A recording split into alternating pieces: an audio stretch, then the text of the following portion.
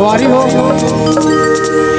हमारे पूरा दुर्ग जिला और नाथ गांव जिला पूरा घूमा था और बहुत चौड़ा दुल्हन और दुल्हन देखे हैं, लेकिन हमारे सामने में जो है हमारे भाई भूपेन और हमारे बहनी मालती ओकर बात अलग है।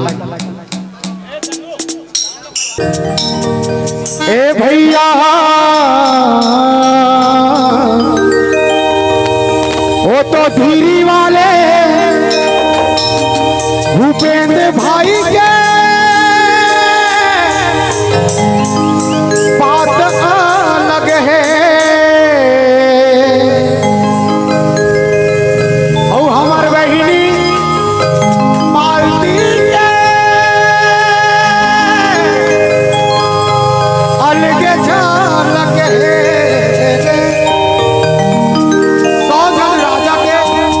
रानी एक जगह रखे जाते हो हमें सबसे सुंदर नूर कहे जाते हैं। नूर 100 जन रानी ला यानी 100 जन राजा के पत्नी लगते ना उमें जो सबसे सुंदर तेला नूर कहे जाते हैं। वैसे हमारे बहनी आज दिखाते मालती है वो तो धीरी वाले धीरी वाले धीरी वाले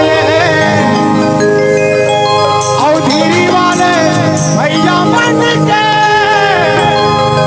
अलग झलक है।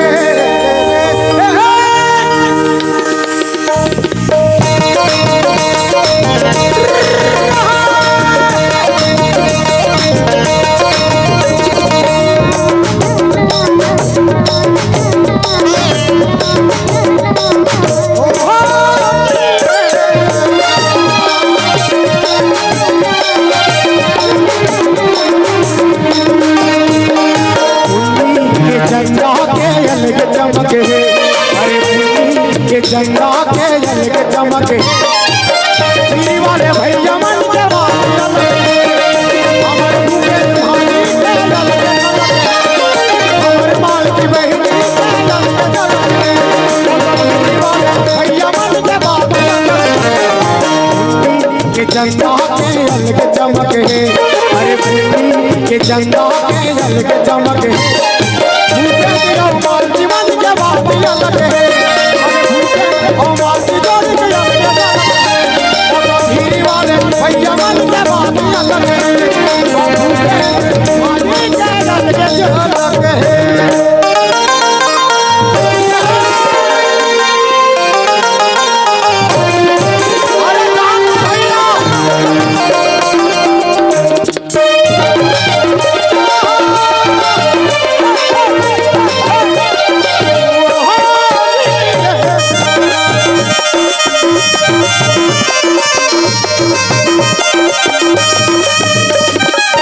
चंदल जाके पहली लगे भारत रही थे नाना सूरज हटेर के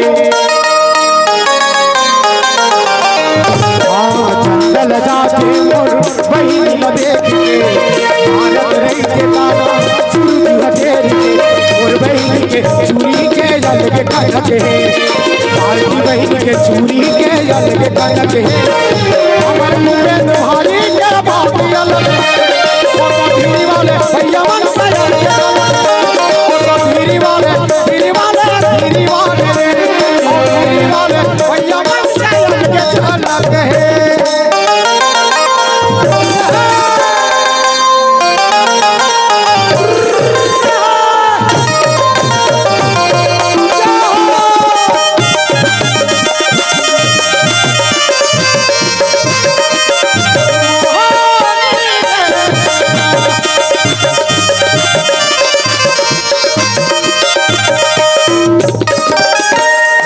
मयार संगी माया के कहानी नदिया के निर्मल धार के पानी